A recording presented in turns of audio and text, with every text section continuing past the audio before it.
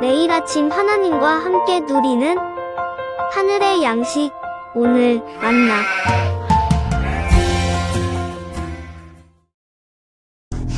형제들아, 내가 너희에게 전한 복음을 너희에게 알게 하노니 이는 너희가 받은 것이요 또 그 가운데 선 것이라. 너희가 만일 내가 전한 그 말을 굳게 지키고 헛되이 믿지 아니하였으면 그로 말미암아 구원을 받으리라. 내가 받은 것을 먼저 너희에게 전하였노니 이는 성경대로 그리스도께서 우리 죄를 위하여 죽으시고 장사 지낸 바 되셨다가 성경대로 사흘 만에 다시 살아나사 게바에게 보이시고 후에 12 제자에게와 그 후에 500여 형제에게 일시에 보이셨나니 그 중에 지금까지 대다수는 살아있고 어떤 사람은 잠들었으며 그 후에 야고보에게 보이셨으며 그 후에 모든 사도에게와 맨 나중에 만삭되지 못하여 난 자 같은 내게도 보이셨느니라. 나는 사도 중에 가장 작은 자라. 나는 하나님의 교회를 박해하였으므로 사도라 칭함받기를 감당하지 못할 자니라. 그러나 내가 나 된 것은 하나님의 은혜로 된 것이니 내게 주신 그의 은혜가 헛되지 아니하여 내가 모든 사도보다 더 많이 수고하였으나 내가 한 것이 아니요 오직 나와 함께 하신 하나님의 은혜로라. 그러므로 나나 그들이나 이같이 전파하매 너희도 이같이 믿었느니라. 대부분의 사람들은 자기를 보호하고 자기의 이익을 위해 행동합니다. 자신에게 이익이 될 경우에는 행동을 하지만 이익이 되지 않는 일은 피하려고 하죠. 예수님이 비유로 말씀하신 강도 만난 사람의 경우에도 제사장과 레위인이 다 죽어가는 사람을 보았음에도 피해버린 것은 그 일에 상관하는 것이 자기에게 전혀 이익이 되지 않는다는 것을 알고 있었기 때문입니다. 이익이 되는 일은 발벗고 나서되 손해보는 일은 하지 않는 것, 이것이 세상을 사는 지혜가 되었습니다. 그런데 이러한 모습은 그리스도의 몸된 교회로 부름받은 우리에게도 나타납니다. 교회를 다니는 것도 예수님을 믿는 것도 자기의 유익을 위해서입니다. 하나님의 은혜와 사랑이 아닌 자기에게 주어질 그 이익을 따라 하나님을 찾을 때가 많다는 것이죠. 바울은 고린도전서 12장부터 은사의 문제를 계속 다루어 오다가 15장에 이르러 갑자기 부활을 말합니다. 바울은 고린도 교회에서 나타난 은사의 문제를 사랑으로 해결해 갔습니다. 은사가 주어진 목적은 개인의 유익을 위한 것도 있었지만 궁극적으로는 교회의 유익을 위해서였습니다. 자기를 내세우기 위한 것이 아니라 그리스도의 몸된 교회의 유익을 위해 주어진 것이기에 언제나 은사는 사랑으로 사용되어야만 했죠. 그 사랑은 예수님의 고난과 죽음에서 나오는 것입니다. 예수님의 고난과 죽음이 나의 고난과 나의 죽음이 될 때, 손해보는 일이고 고생이라 생각될 때에도 형제의 유익을 위해 기꺼이 기쁨으로 그 일을 행하는 것이죠. 바울이 은사의 문제를 다루다 갑자기 부활을 말하는 이유도 여기에 있습니다. 예수 그리스도의 죽음과 부활에 참여된 우리가 무엇을 사랑하며 또 무엇을 위해 사는지 돌아보게 하는 것이죠. 2절 말씀을 보면 너희가 만일 내가 전한 그 말을 굳게 지키고 헛되이 믿지 아니하였으면 그로 말미암아 구원을 받으리라 말씀하고 있습니다. 그러면 바울이 전한 말은 무엇일까요? 3절과 4절 말씀입니다. 내가 받은 것을 먼저 너희에게 전하였느니 이는 성경대로 그리스도께서 우리 죄를 위하여 죽으시고 장사 지낸 바 되셨다가 성경대로 사흘 만에 다시 살아나사. 바울이 전했던 복음은 예수 그리스도의 죽음이었고 예수 그리스도의 부활이었습니다.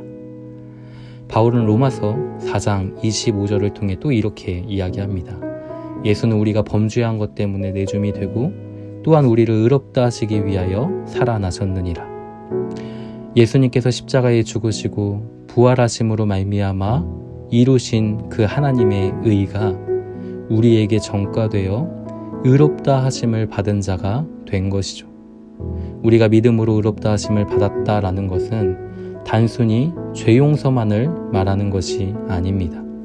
예수님의 부활은 우리가 의로워졌다는 완전한 보증입니다. 죄와 사망의 법에서 해방되어 의인으로서 거룩하신 하나님과의 사귐 속에서 지금 그리고 현재 하나님의 영광을 바라고 또 즐거워하는 자가 된 것이죠.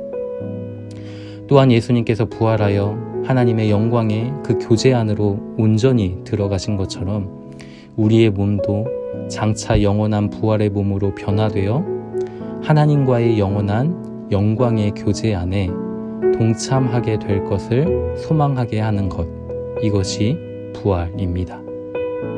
내줌 그리고 다시 살아나심이 우리를 그 영광의 자리에 초청한 것이죠.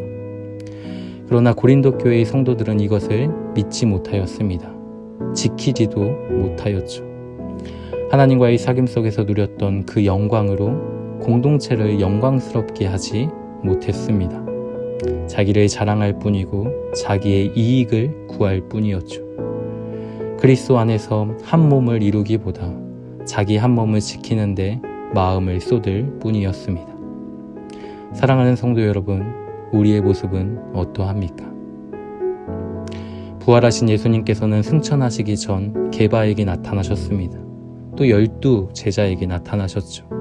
500여 형제들에게 나타나셨고 야고보에게 나타나셨고 모든 사도들과 바울에게도 나타나셨습니다. 부활하신 예수님께서 수많은 사람들에게 나타나신 이유가 무엇입니까? 직접 보여줘야 믿을 수 있기에 그들에게 나타나신 걸까요? 아니죠. 부활하신 예수님을 본 사람들은 예수님이 십자가에 죽으실 때 도망을 쳤거나 십자가에 못 박으라고 소리를 쳤거나 모욕과 조롱으로 예수님을 핍박했던 자들입니다. 그런 그들에게 예수님께서 자신을 나타내신 이유는 너희가 지금은 나를 사랑하느냐 묻기 위해서입니다. 자기의 이익을 구하고 자기 한 몸을 지키는데 온 마음을 쏟았던 너희가 이제는 주님만을 사랑하느냐라고 물으시는 것이죠. 부활은 우리가 죽고 다시 산다는 것을 보증하기 위해서만 있는 것이 아닙니다. 많은 사람들은 부활을 내가 죽고 다시 산다는 것으로만 이해하죠. 내가 산다는 것에 여전히 초점이 맞추어져 있습니다. 그러나 믿음은 나의 죄를 위해서 죽으시고 살아나신 예수님을 사랑하는 것입니다. 믿음의 결과로 주어지는 좋은 것을 얻기 위해서 주님을 사랑하는 것이 아니라 주님을 사랑하기에 더 많이 수고하는 것이죠. 주님을 사랑하기에 자기를 자랑하지 않는 것입니다. 주님을 사랑하기에 공동체를 세워가는 것이죠. 주님의 부활을 믿는 자는 주님을 사랑합니다. 주님이 다시 사셨다는 것을 꼭 눈으로 봐야 아는 것이 아니죠. 주님을 사랑하는 자가 바로 주님이 살아계신 증거입니다. 바울은 나도 부활하신 예수님을 본 자라며 자기를 나타내기 위해 고린도전서 15장을 기록한 것이 아니었습니다.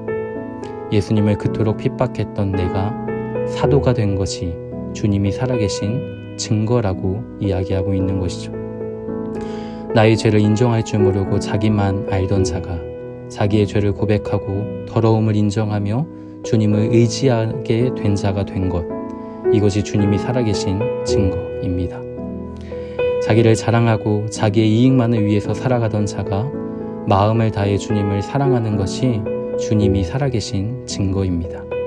사랑하는 성도 여러분, 주님이 다시 사신 증거는 바로 우리 자신입니다. 우리 자신이 주님이 사신 증거가 되어야 합니다. 오늘 더욱 주님을 사랑하는 우리가 되기를 소망합니다.